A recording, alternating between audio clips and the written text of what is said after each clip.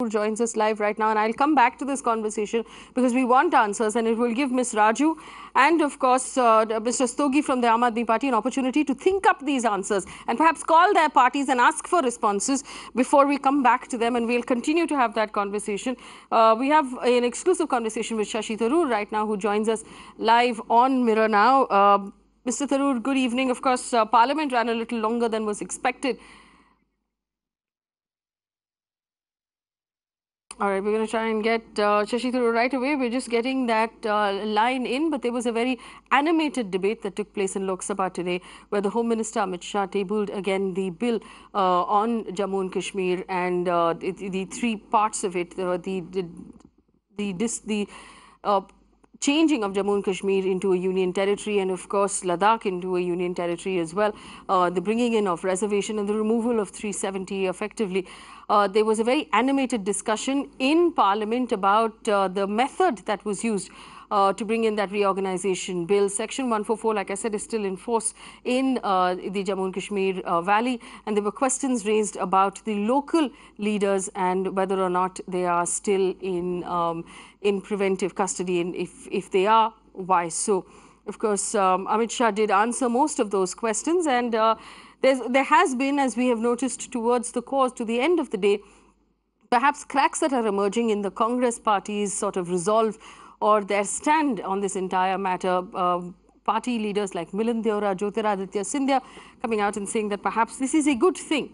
It's just the method that ought to be questioned. Shashi Tharoor joins us right now, Member of Parliament and Senior Congress Leader. Mr. Tharoor, good evening and thank you for joining us. I understand you've had a long day. Parliament extended a lot longer than was expected. I just want to do a quick audio check. Mr. Tharoor, can you hear me?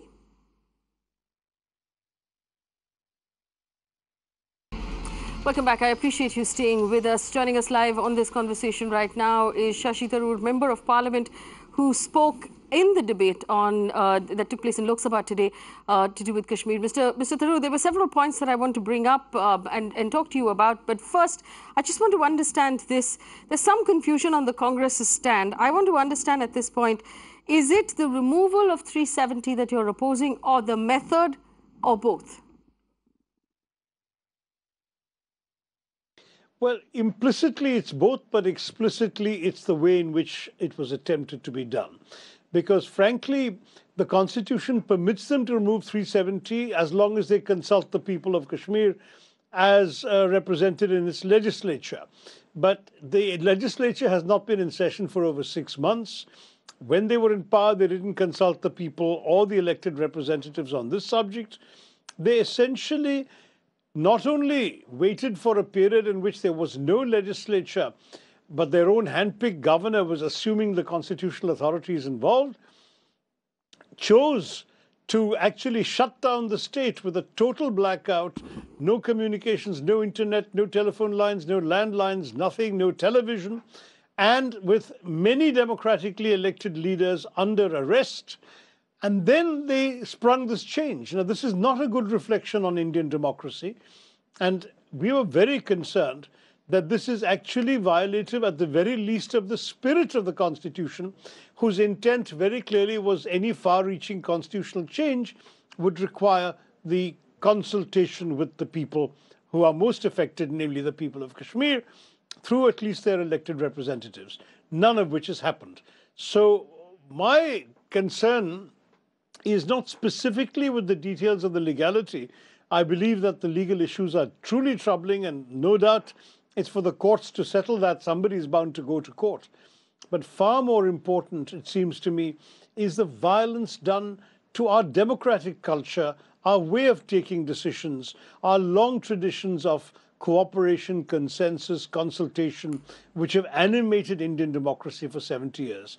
This is a very ominous way. Even if you agree that the end achieved was a good thing for the country, at the end of the day, the way it was achieved has done a great deal of damage. I mean, I mentioned this in Parliament, so I don't want to take up too much of your time going over familiar ground, but if you already look at the short-term damage in terms of the devastation to tourism, the end of all the persuading the world that Kashmir was full of normal people living happy lives and they should come and visit, all that's now gone down the tubes, and the economy will suffer as a result because tourism was a major contributor. There are obvious concerns about security threats because once you essentially marginalize and render irrelevant the legitimate democratic political parties, you are increasing the space available to the undemocratic forces in Kashmir, and you all know what that means. So it's a very Mr. Tharoor. serious thing, and I think it was important for us to point out the dangers implicit in what the government has done. Well, I just want to ask you this now. A couple of the arguments that have been offered is this was far overdue. The decision of removing 370, that it needed to be done, and the various measures that have been put in place in the valley was necessary in order to make sure that this was a peaceful, that the law was a peaceful passage. And technically, so far, we've had no bloodshed, and it has been largely peaceful. So don't the means then doesn't the end justify the means in some way? Listen, I'm very happy that things are peaceful so far, but that's because the situation is one of shutdown, where leaders are locked up and cannot go and address rallies, where there is a de facto curfew and extra numbers of troops, both soldiers and paramilitary, patrolling the streets and discouraging people coming out to demonstrate. So very clearly so far, things are quiet. But how long will you maintain this clampdown? It can't be a normal, natural way of living, right? At some point, you have to lift the lid, and then what comes out? My worry is they have sort of sealed Pandora's box for the moment.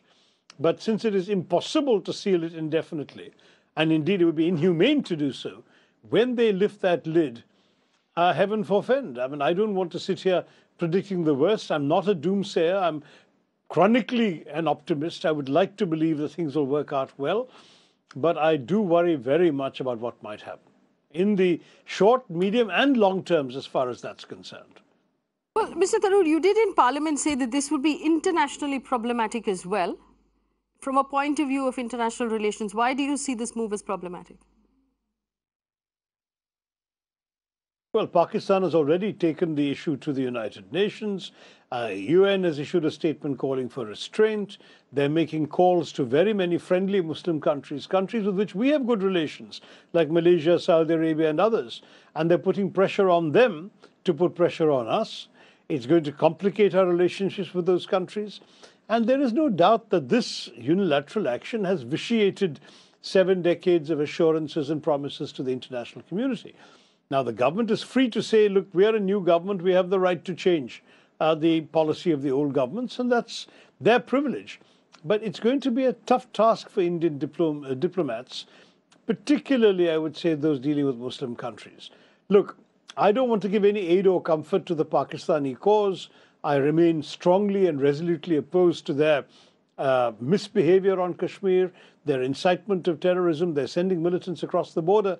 But I do worry that we've given them an even better excuse to encourage this at a time when there are going to be, I'm afraid, quite a few unemployed jihadis coming out of Afghanistan looking for places to address themselves, and you're essentially throwing fuel on the flame that they're already trying to stoke. So I do worry about that. I don't really want to go on because, of course, I'll immediately be accused of fear-mongering.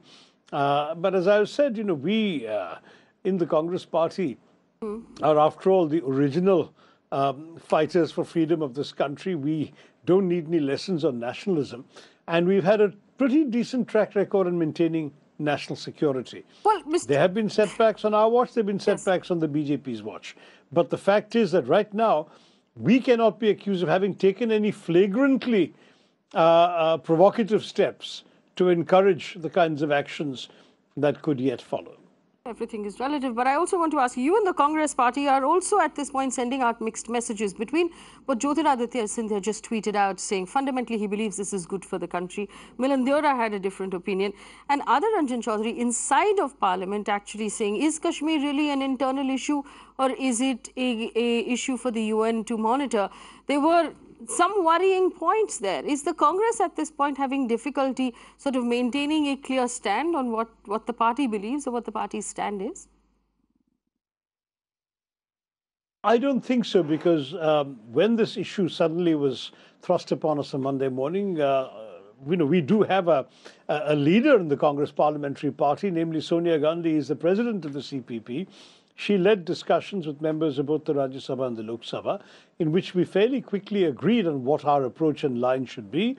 The first day it was taken in the Rajya Sabha, the second day in the Lok Sabha, and you will see that all those who spoke under the banner of the Congress Party, officially for the party, actually were internally consistent and came forward with mutually supportive messages. I don't want to speak so much about those outside the party who've expressed dissenting views. It is their privilege to do so, and only MPs are subject to the party whip in any case. But the fact is that in some ways it may be a healthy reflection of internal democracy that party MPs are certainly, I beg your pardon, party members are certainly encouraged to express their views. When they're in Parliament, they're subject to a whip, and as you saw, the Congress Party was present in strength in both houses and voted the same way without any dissent. One person in the Rajya Sabha disagreed, but he then resigned from the party, so that's fairly clear that's his privilege. Right. But Mr. Tharoor, okay, let's then focus on what's happening in Parliament. And I'm running the visual on the screen right now of Adil Ranjan Chaudhary speaking, where he asked whether or not Kashmir is actually an internal matter. And we understand that upset the Congress leadership, namely Mrs. Gandhi, a great deal. In fact, even in this visual, she looks horrified at whatever is coming out of his mouth at that time. It's difficult to hide. What happened there, Mr. Tharoor? You were sitting right behind them. Well, no, I was a couple of rows behind, and frankly, it's unfair to ask me to explain a spontaneous statement by another individual. You should ask him himself. I did, later in the day when Amit Shah raised the issue of the complaint to the UN, I made it a point to stand up. I was denied the mic, but I spoke loudly enough for everyone attending to hear that Nehruji took the issue to the UN only as a case of international aggression against India by Pakistan, which is an undeniable fact. The Pakistani army actually crossed the border of a state that had acceded to India and attacked it. So Nehruji was perfectly justified in going to the UN and saying, here's an international aggression. You've been created quite recently to maintain international peace and security. Stop the Pakistanis. Now, to my mind, that issue is international, but it's different from the issue of the internal constitutional arrangements of Kashmir, on which, as far as we're concerned, we and the BJP have both equally insisted that Kashmir remains an integral part of the Indian Union. And I don't believe there is any particular difference about that. Perhaps Odhir did not express himself as clearly as he might have, but had he was referring presumably to the international dispute, which is about the Pakistani invasion of India, whereas the internal issues are for us to resolve. Okay, I do want to ask you, and this has been raised, Ladakh, for example, the only MP from Ladakh spoke in Parliament today. He talked about how this has been a long-standing demand for Ladakh to be a union territory since 1949, in fact, and it has been ignored by successive governments. The other argument is the fact that you tried your method. By you, I mean the UPA or the Congress Party. You tried your method for 70 odd years, on and off whenever you were in power, and that method didn't work. So isn't it time to try something different? Isn't it time to try something new? Because a consensus perhaps would have never been achieved. Look, I'm not sure that it didn't work, because if you look at the 10 years of UPA rule in Delhi, and indeed 5 years of our 6 years or 5 years of our rule with the PDP as a partner, and subsequently 6 years almost of Omar Abdullah's chief ministership, I think you found a far greater preponderance of periods of peace and tranquility than you found of eruptions and violence. There were stray incidents, as I fear there will be for the foreseeable future as well. But by and large, casualties had come down, border incidents had come down, attacks had come down, terrorist victims had come down. And there's been sadly a steady rise in the last few years. And I hope that the BJP turns out to be right and we turn out to be wrong. No one wants to see the people of Kashmir suffer any more than they already have. We would love to see peace and tranquility there. But to suggest that a process of consultation, consensus and cooperation, which is so integral to Indian democracy, and which, by the way, the Constitution requires, can be blithely dispensed with when making such a major decision on constitutional arrangements without consulting the very people who are most affected by it or their elected representatives, that, to my mind, is not a tenable argument. Right. It's many ways, it's a very poor reflection on Indian democracy that this happened the way it did. Well, Mr. Tharoor, you know, the last time we spoke, we were talking about Donald Trump's suggestion that he had been requested to mediate between India and Pakistan over Kashmir. Now, since that time, he has suggested it a second time, this time on Twitter. So obviously this man is doing, he knows what he's doing. This is not an accident or a slip of tongue. Does that have anything to do with this? Do you think the two things are connected? You did say, of course, you know, we know that Donald Trump is pulling out of Afghanistan. There will be a lot of movement of jihadists in that general area. Was this necessary, or was this the central government's way of securing Kashmir at a time when there is some sort of uncertainty in that neighborhood? Well, I did warn about the consequences of a lot of idle jihadis being available to turn their attentions to Kashmir after the Americans complete their withdrawal from Afghanistan. But let me just say, if I may, Faye, that as far as this issue of Mr. Trump and mediation and so on are concerned, you're simply asking the wrong person. The government knows best what it said to Mr. Trump, and that's why we said in Parliament the Prime Minister should really clarify the matter, because Mr. Trump is referring to a private conversation between the two of them. I don't have a high regard for everything Mr. Trump tweets, which you seem to have, Faye. Let me just say that certainly it's past my comprehension or those of most people in India to explain Mr. Trump's statements on many of his tweets, and I would leave it Mr. Tharoor, to we could spend all evening and the time allotted to us making fun of things that Donald Trump puts on Twitter. But the truth is, he's still the president of the United States. It's something that neither of us can wish away, which means that when he says something, we ought to take it seriously. Yeah, but India's got a very, very clear and long-standing position on mediation, which is that we have no room for it. We believe that we can deal with our own problems bilaterally. We're big enough, we're grown up, we are mature, we're strong. And if we can't settle our differences, we can fight for our own corner, our own space. We don't need either a big brother coming to tell us what to do, nor do we need a big brother coming to fight for us either. So we have never sought mediation on any issue ever. And it goes back to the very founding of our republic, when our founding fathers felt very passionately that having had a foreign country make decisions for us for 200 years, the most important thing for our self-respect as an independent nation had to be that we would, in fact, make all such decisions for ourselves and without belonging to any other bloc or listening to any other country. That position has not changed. Words like non-alignment may have become less relevant, but a decision to invite mediation would be an unprecedented matter in 72 years of India's independence. And the government itself has immediately repudiated President Trump. So I have to take their word for it, that they have not abandoned existing policy. Right. In which case, the only possibility that remains is Mr. Trump got it wrong. All right, Mr. Tharoor, I know you've had a long day, so I'll let you go at this point, but thank you for spending time with us here on Mirror Now and answering our questions. Shashi Tharoor, the senior leader of the Congress Party. Always a pleasure, Faye. Thank you very much. Thank you very much.